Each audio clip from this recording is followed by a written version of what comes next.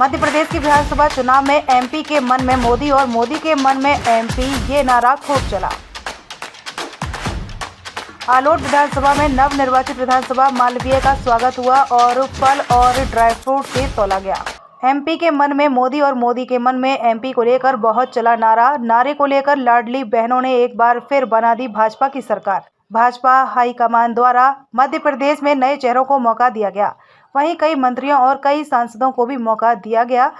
उन्हीं में से एक भाजपा के पूर्व सांसद रहे डॉक्टर चिंतामणि मालवीय को आलोट विधानसभा 223 से भाजपा ने टिकट दिया। आलोट में जहां त्रिकोणीय मुकाबला चल रहा था, उसी के इस बीच कहीं उठापटक चली और उठापटक के बीच में ही बीजेपी को 3 गुना बहुमत पूरे मध्य प्रदेश में ही नहीं बल्कि आलोट विधानसभा में भी 68,884 वोटों से डॉक्टर चिंतामणि मालवीय की सबसे बड़ी जीत हुई। आलोट में मालवीय की जीत पूरे मध्य प्रदेश में 7वें स्थान पर सबसे बड़ी जीत मानी जा रही है। वहीं जब डॉक्टर चिंतामणि मालवीय मीडिया से रूबरू हुए तो कहा कि हम लोकसभा चुनाव में भी 400 से अधिक सीटें लाएंगे। विधायक चिंतामणि मालवीय का कई जगह हुआ स्वागत। मालवीय को फलों और लड्डुओं से तौला गया। मध्य प्रदेश के रतलाम जिले की आलोट विधानसभा चुनाव में विधानसभा क्षेत्र में जगह जगह स्वागत किया गया। इसके साथ ही फलों और आलोट के जाने माने लाला परिवार की ओर से भी काजू, मिश्री, बादाम, लड्डुओं से भी उन्हें तौला गया। डॉक्टर चिंतामणि मालवीय ने त्रिकोणीय मुकाबले में प्रचंड मतों से जीत दर्ज की। आलोट विधानसभा में त्रिकोणीय मुकाबला था। यहां मतों की बात करें तो निर्दलीय खड़े हुए उम्मीदवार भूतपूर्व सांसद प्रेमचंद्र गुड्डू को 37,878 एवं कांग्रेस प्रत्याशी मनोज चावला को वोटों 33,565 से हराकर विधानसभा का चुनाव जीता है। उनकी जीत के बाद भाजपा कार्यकर्ताओं में भारी उत्साह देखने को मिल रहा है।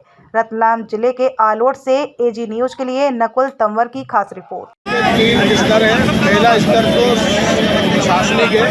प्रशासनिक में जो काम बाकी है वो सारे हमने डाटा कलेक्ट कर लिया है। सबसे पहले उस प्रशासनिक कार्य को अंजाम तक पहुँचाना है। जो विकास कार्य बाकी रह गए वो करना जो जरूरत है। दूसरा जो है सांगठनिक है।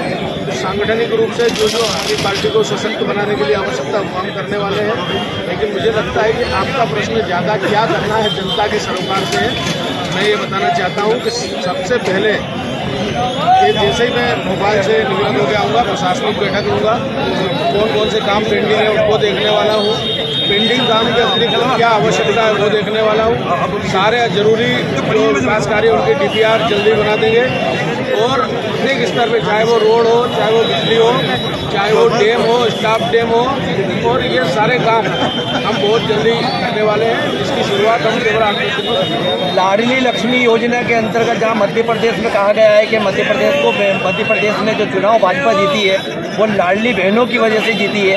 सर, आलोट विधानसभा में करीब 3 से 3,500 ऐसी लाडली बहनें हैं जिनको आज तक लाभ नहीं मिल पाया है, किसी कारण से वो वंचित रह गई हैं। ऐसी स्थिति में उनके लिए आप क्या तैयारी करेंगे? ये प्रशासन करती है। अगर वो नहीं रह पाई है तो उसमें हम उनसे हमें अगर आकर के बताइए, उनसे संवाद करेंगे कहाँ परेशानी हुई है। क्योंकि शिवराज सिंह जी ने तो बहुत दिल खोल करके योजना बनाई, लगभग सभी महिलाएं उसमें आ जाए ये कोशिश करिए।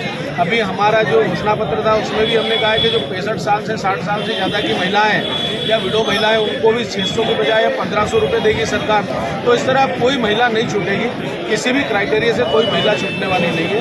और जिनको नहीं मिला है वो फिर से संपर्क करें, उनको देंगे। कोई प्रशासनिक विसंगति के कारण, प्रशासनिक कमजोरी कमी के कारण रह गया होगा, उनको फिर से करें। सर, वर्तमान स्थिति को देख के जिस तरीके से 2/3 बहुमत के पास भारतीय जनता पार्टी की सरकार बन चुकी है, ऐसी स्थिति में कभी आप मंत्रिमंडल में जाते हैं तो क्या इस क्षेत्र के विकास में आपके द्वारा किए गए वादे पूर्ण होंगे?